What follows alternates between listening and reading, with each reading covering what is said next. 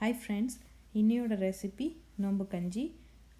இது ரொம்ப சுலபமாக செய்யக்கூடிய உணவில் ஒன்று. அது எப்படி பண்ணலாங்கிறத பற்றி பார்க்கலாம். அதுக்கு ஒரு பவுலில் 1/4 கப் பச்சரிசி எடுத்திருக்கேன். நீங்கள் எந்த அரிசி வேணாலும் எடுத்துக்கலாம்.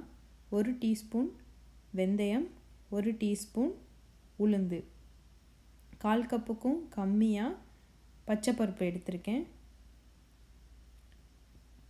இது எல்லாத்தையும் சேர்த்து 2 தடவை அலசிட்டு 15 to 20 நிமிஷம் ஊற வச்சுருங்க.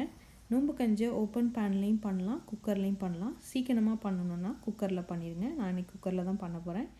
அதில் பேனை காய வச்சுட்டு 3 டேபிள் ஸ்பூன் தேங்காய் எண்ணெய் ஆட் பண்ணுறேன். தேங்காய் எண்ணெய் ஆட் பண்ணால் இன்னும் ஃப்ளேவர் நல்லாயிருக்கும்.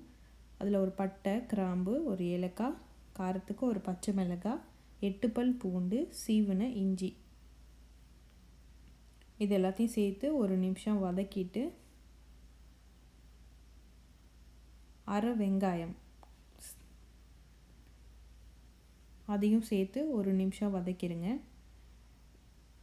நான் இதில் கொத்துக்கறி ஆட் பண்ணுறேன். நீங்கள் இதை ஆட் பண்ணலனாலும் பரவாயில்ல. அதையும் ஒரு 3 நிமிஷம் சேர்த்து எல்லாத்தையும் சேர்த்து வதக்கிடுங்க.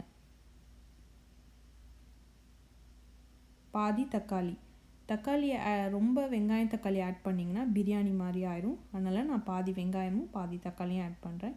அதையும் நல்லா ஒரு 2 நிமிஷம் வதக்கிட்டு 1/4 டீஸ்பூன் ஜீரகம், 1/4 டீஸ்பூன் சோம்பு, 1/4 டீஸ்பூன் மஞ்சள் தூள். கறி ஆட் பண்ணுறதுனால நான் மஞ்சள் தூள் ஆட் பண்ணுறேன், இல்லைனா நீங்கள் ஆட் பண்ண வேணாம். அப்புறம் நம்ம ஊற வச்சுருந்த அரிசி பருப்பு அதை ஆட் பண்ணிவிட்டு ஒரு நிமிஷம் நல்லா வதக்கிடுங்க.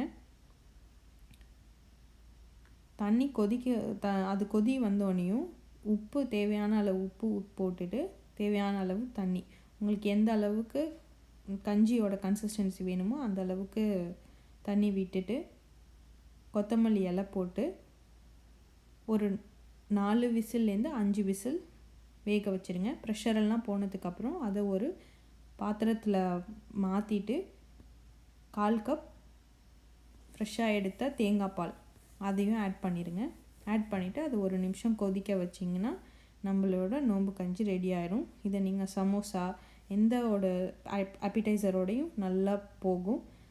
இந்த வீடியோ பார்த்ததுக்கு ரொம்ப நன்றி. எங்கள் சேனல் உங்களுக்கு பிடிச்சிருந்ததுன்னா லைக் பண்ணுங்கள், உங்கள் ஃப்ரெண்ட்ஸ்க்கு ஷேர் பண்ணுங்கள், எங்கள் சேனலை சப்ஸ்கிரைப் பண்ணுங்கள்.